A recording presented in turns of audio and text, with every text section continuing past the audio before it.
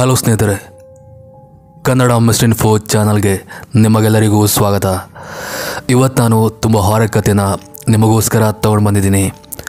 ತುಂಬ ದಿನ ಆದ ನಂತರ ಕಥೆಗಳನ್ನ ಎಕ್ಸ್ಪ್ಲೇನ್ ಮಾಡ್ತಿದ್ದೀನಿ. ದಯವಿಟ್ಟು ಸಹಕರಿಸಿ ಅಂತ ಕೇಳ್ತಿದ್ದೀನಿ.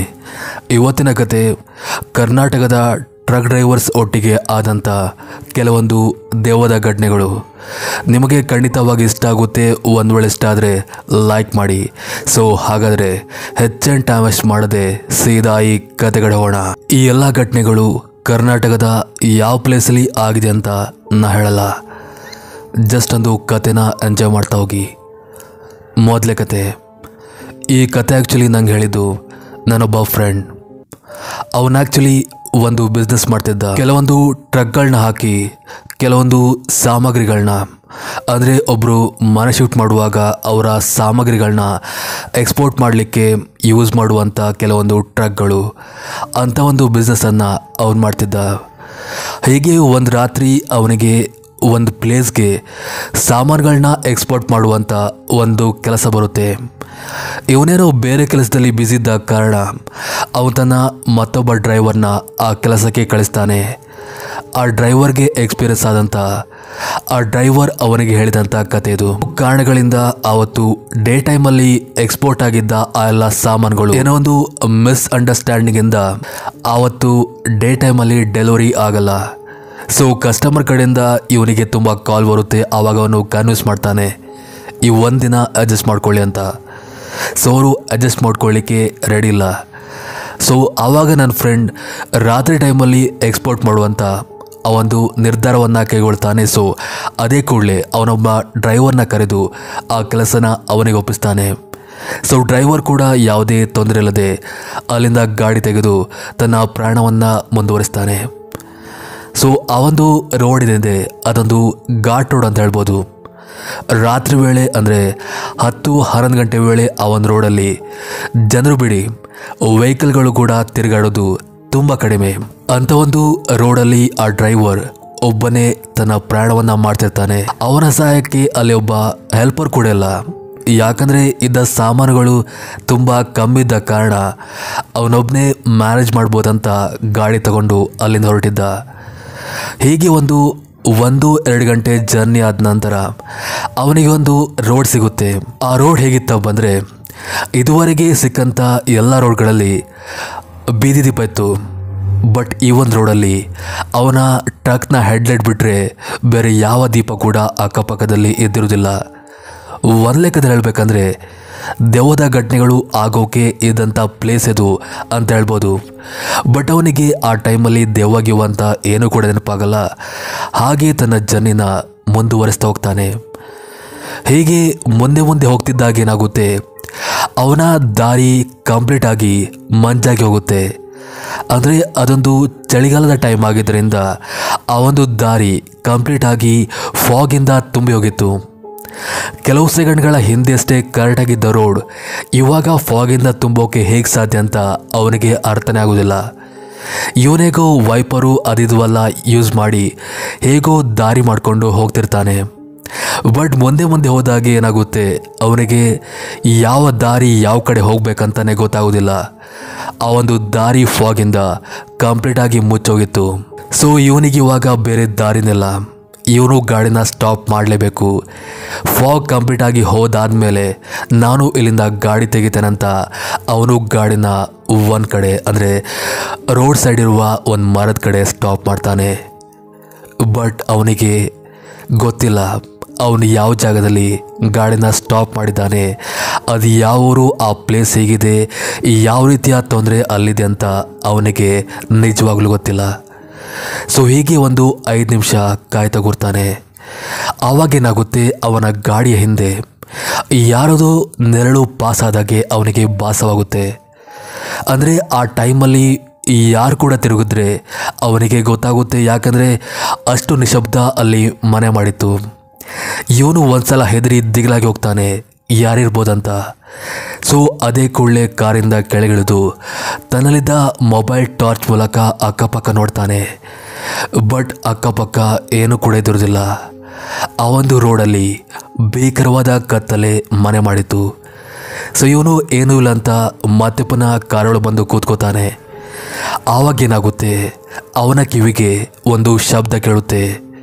ಎಸ್, ಅದು ಯಾವುದೋ ಮಗುಳ ಅಂತ ಶಬ್ದ. ಅದು ಆಗ್ತಾನೆ ಹುಟ್ಟಿದಂಥ ಒಂದು ಮಗು ಅಳುವ ಶಬ್ದ ಹೇಗಿರುತ್ತೆ ನೋಡಿ, ಅದೇ ರೀತಿ ಆ ಮಗು ಅಳ್ತಿರುತ್ತೆ. ಇವನು ತನ್ನ ಕೇಳ್ತಿರೋದು ನಿಜನಾ ಇಲ್ಲ ಭ್ರಮೆನ ಅಂತ ಒಂದು ಕ್ಷಣ ಗಾಬರಿಗೆ ಒಳಗಾಗ್ತಾನೆ. ಹಾಗೆ ಅದಾದ ನಂತರ ಅವನಿಗೆ ಒಬ್ಬ ಮಹಿಳೆಯ ಕೂಗಾಟ ಕೂಡ ಕೇಳಿ ಬರುತ್ತೆ. ಇವನಿಗೆ ಸೀರಿಯಸ್ಲಿ ಏನು ಮಾಡಬೇಕಂತ ಗೊತ್ತಾಗಲ್ಲ. ಒಂದು ಕ್ಷಣ ಯಾರೋ ಮಹಿಳೆ ಅಪಾಯದಲ್ಲಿರ್ಬೋದಂತ ಮತ್ತೆ ಪುನಃ ಕಾರಿಂದ ಇಳಿದು ತುಂಬ ದೂರ ನಡ್ಕೊಂಡು ಹೋಗ್ತಾನೆ, ಅದೇ ಮೊಬೈಲ್ನ ಟಾರ್ಚ್ ಮೂಲಕ. ಬಟ್ ಹೋಗ್ತಾ ಹೋಗ್ತಾ ಅವನಿಗೆ ಆ ಒಂದು ಕೂಗು, ಆ ಮಗುವಿನ ಧ್ವನಿ ಏನಿದೆ ಇನ್ನೂ ದೂರ ದೂರ ಹೋದಾಗೆ ಭಾಸವಾಗ್ತಿತ್ತು. ಅಂದರೆ ಆ ಧ್ವನಿ ಪಕ್ಕ ಹೋಗ್ತಿದ್ದಾಗೆ ಆ ಧ್ವನಿ ಇನ್ನೂ ಕೂಡ ದೂರ ಕೇಳಿದಾಗೆ ಅವನಿಗೆ ಭಾಸವಾಗ್ತಿತ್ತು. ಆವಾಗ ಅವನಿಗೆ ಗೊತ್ತಾಗುತ್ತೆ, ಇದು ಯಾಕೋ ಟ್ರ್ಯಾಪ್ ರೀತಿ ತೋರ್ತಿದೆ, ಇದನ್ನು ಹಿಂಬಾಲಿಸಿ ಹೋದರೆ ನನಗೇನೆ ಕಷ್ಟ ಅಂತ.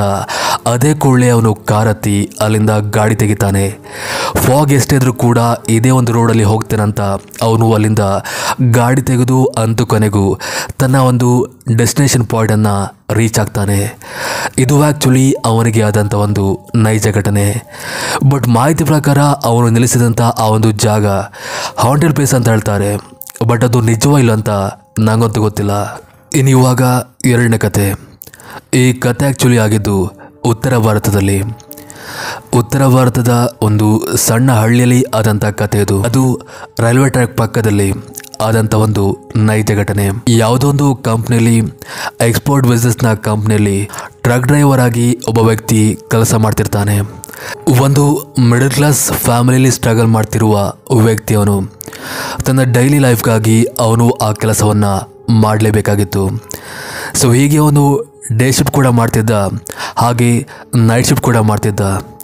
ಸೊ ಆ ರಾತ್ರಿ ಅವನಿಗೆ ಒಂದು ಊರಿಗೆ ನೈಟ್ ಶಿಫ್ಟಲ್ಲಿ ಕೆಲಸ ಮಾಡುವ ಒಂದು ವರ್ಕ್ ಬರುತ್ತೆ. ಸೊ ಆ ರಾತ್ರಿ ಅವನಿಗೆ ಬೇರೊಂದು ಪ್ಲೇಸ್ಗೆ ಟ್ರಕ್ ತಗೊಂಡು ಹೋಗುವ ಒಂದು ಕೆಲಸ ಬರುತ್ತೆ. ಅಂದರೆ ಕೆಲವೊಂದು ಸಾಮಗ್ರಿಗಳನ್ನ ಎಕ್ಸ್ಪೋರ್ಟ್ ಮಾಡಲಿಕ್ಕೆ.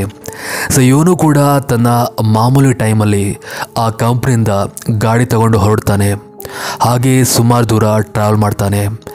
ಸೊ ಅವನಿಗೆ ಆ ಪ್ಲೇಸ್ ರೀಚ್ ಆಗಲಿಕ್ಕೆ ತುಂಬ ಹೊತ್ತು ಬೇಕಾಗಿತ್ತು, ಅಂದರೆ ಆಲ್ಮೋಸ್ಟ್ ಹಾಫ್ ಡೇ ಬೇಕಾಗಿತ್ತು. ಸೊ ಇವನು ಅಲ್ಲಲ್ಲಿ ರೆಸ್ಟ್ ತಗೊಂಡು ಹೋಗ್ತಿದ್ದ. ಸೊ ಒಂದು ಮೊಮೆಂಟಲ್ಲಿ ಏನಾಗುತ್ತೆ, ಅವನಿಗೆ ತುಂಬ ನಿದ್ದೆ ಬರುತ್ತೆ. ಸೊ ಅವನು ನಿದ್ದೆ ಮಾಡಲೇಬೇಕಾದ ಪರಿಸ್ಥಿತಿ ಬರುತ್ತೆ. ಯಾಕಂದರೆ ಅವನು ಆ ರೀತಿ ಗಾಡಿ ಓಡಿಸಿದ್ರೆ ಒಂದೇ ಅಪಘಾತ ಆಗಿ ಅವನ ಲೈಫ್ ಕೂಡ ಹೋಗ್ತಿತ್ತು, ಹಾಗೆ ಗಾಡಿ ಕೂಡ ಡ್ಯಾಮೇಜ್ ಆಗ್ತಿತ್ತು. ಸೊ ರಿಸ್ಕ್ ಯಾಕೆ, ಸೊ ಇಲ್ಲೇ ಎಲ್ಲಾದರೂ ಆರಾಮ್ ಮಾಡುವಂತ ಅವನು ಗಾಡಿನ ಒಂದು ಕಡೆ ಸ್ಟಾಪ್ ಆಗ್ತಾನೆ. ಅಂದಾಗೆ ಅವನು ಗಾಡಿನ ಸೈಡ್ ಹಾಕಿದ್ದು ಯಾವುದೋ ಒಂದು ನಿರ್ಜನ ಪ್ರದೇಶ ಆಗಲಿ, ಹಾಂಟೆಡ್ ಪ್ಲೇಸ್ ಆಗಲಿ ಅಲ್ಲಲ್ಲ. ಅವನು ಗಾಡಿನ ಸೈಡ್ ಹಾಕಿದ್ದು ಒಂದು ರೈಲ್ವೆ ಟ್ರ್ಯಾಕ್ನ ಪಕ್ಕದಲ್ಲಿ.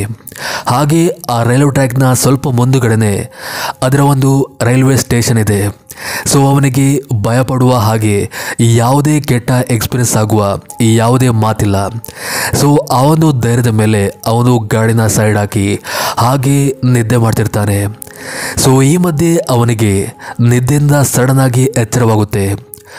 ಹಾಗೆ ಎದ್ದ ಕೂಡಲೇ ಅವನ ಗಮನಕ್ಕೂ ಅಲ್ಲೇ ಪಕ್ಕದಲ್ಲಿರುವ ರೈಲ್ವೆ ಟ್ರ್ಯಾಕ್ ಕಡೆ ಹೋಗುತ್ತೆ. ನೋಡಿದರೆ ಆ ರೈಲ್ವೆ ಟ್ರ್ಯಾಕ್ನ ಮಧ್ಯದಲ್ಲಿ ಒಬ್ಬ ವ್ಯಕ್ತಿ ಆ ಕಡೆ ಈ ಕಡೆ ನಡ್ಕೊಂಡು ಹೋಗ್ತಿರ್ತಾನೆ.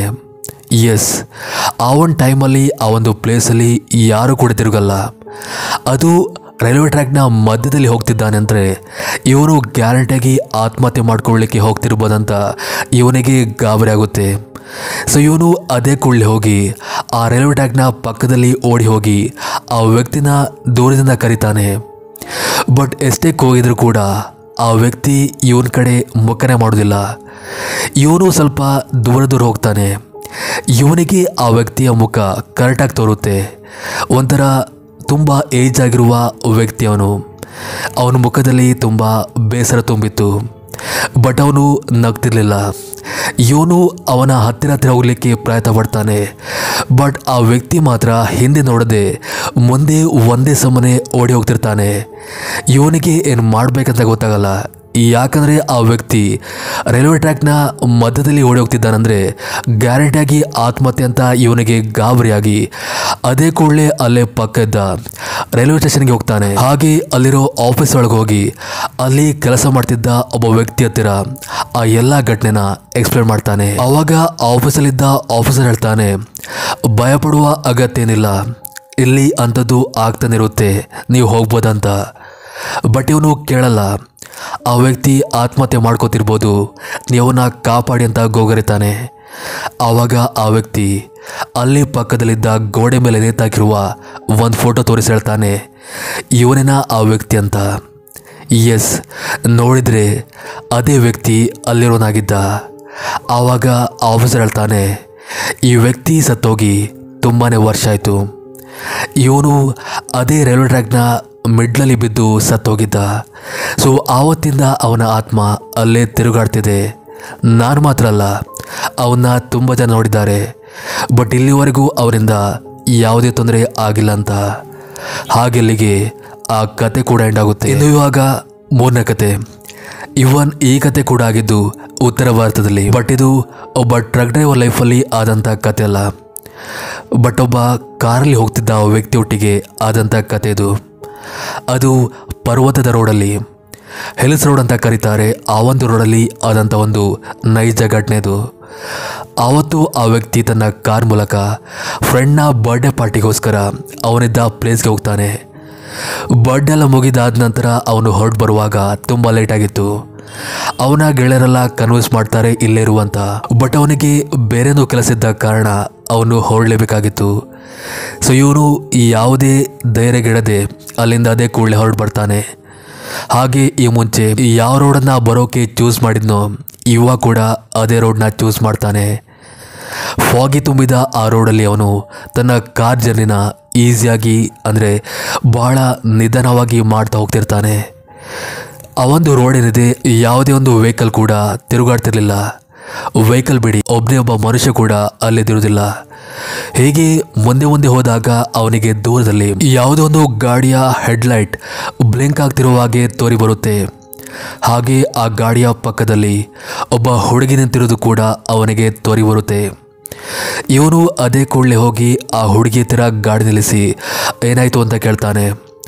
ಅದಕ್ಕೆ ಆ ಹುಡುಗಿ ಹೇಳ್ತಾಳೆ, ದಾರಿ ಮಧ್ಯೆ ಹೋಗ್ತಿರುವಾಗ ಗಾಡಿ ಕೆಟ್ಟೋಯ್ತು, ನನಗೆ ಡ್ರಾಪ್ನ ಅವಶ್ಯಕತೆ ಇದೆ, ಕೊಡ್ಬೋದಂತ. ಸೊ ಇವನು ಹಿಂದೆ ಮುಂದೆ ಏನು ಕೂಡ ನೋಡದೆ ಆ ಹುಡುಗಿನ ಗಾಡಿ ಒಳಗೆ ಹತ್ತಿಸ್ಕೊಂಡು ಅಲ್ಲಿಂದ ಜರ್ನಿನ ಶುರು ಮಾಡ್ತಾನೆ. ಆ ಒಂದು ಜರ್ನಿಲಿ ಅವನು ಹುಡುಗಿ ಹತ್ತಿರ ಏನೂ ಕೂಡ ಮಾತಾಡೋದಿಲ್ಲ. ಇವನ್ ಆ ಹುಡುಗಿ ಕೂಡ ನೋಡೋಕೆ ತುಂಬ ವೆರಡ್ ಆಗಿದ್ಲು, ಅಂದರೆ ನೋಡೋಕೆ ತುಂಬ ಪಾಪದಳು ಹಾಗೆ, ಮಾತು ಕಡಿಮೆ ಅಂತ ಅವನಿಗೆ ಅನಿಸ್ತಿತ್ತು. ಇವನೇ ಕೂಡ ಎಲ್ಲೋ ಹೋಗಬೇಕಾಗಿರುವ ಅರ್ಜೆಂಟ್ ಇದ್ದ ಕಾರಣ ಅವಳ ಬಗ್ಗೆ ಗಮನ ಕೊಡದೆ ಅವಳನ್ನ ಡ್ರಾಪ್ ಮಾಡಿ ಹೋಗುವಂತ ಅವನು ಮನಸ್ಸಲ್ಲಿ ಅನ್ಕೋತಿದ್ದ.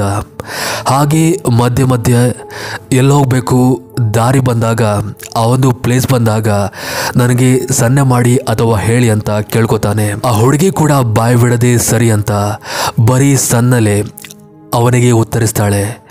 ಹೀಗೆ ಒಂದು ಅರ್ಧ ಗಂಟೆ ಜರ್ನಿ ಆದ ನಂತರ ಆ ಹುಡುಗಿ ಸನ್ನೆ ಮಾಡ್ತಾಳೆ, ಇಲ್ಲಿ ನಿಲ್ಲಿಸಿ ಅಂತ. ಅವನಿಗೆ ಅರ್ಥ ಆಗೋದಿಲ್ಲ, ಯಾಕಂದರೆ ಅದು ಖಾಲಿ ರೋಡ್, ಅಕ್ಕಪಕ್ಕದಲ್ಲಿ ಒಂದೇ ಒಂದು ಮನೆ ಕೂಡ ಇಲ್ಲ. ಇವನು ಸೀದಾ ಕ್ವಶನ್ ಕೇಳಿಬಿಡ್ತಾನೆ, ಇಲ್ಲಿ ಯಾವುದೇ ಮನೆ ಇಲ್ಲ, ಎಲ್ಲಿ ಹೋಗ್ತೀರಿ ಅಂತ. ಅದಕ್ಕೆ ಆ ಹುಡುಗಿ ಹೇಳ್ತಾಳೆ, ಇದೇ ನನ್ನ ಮನೆ ಅಂತ.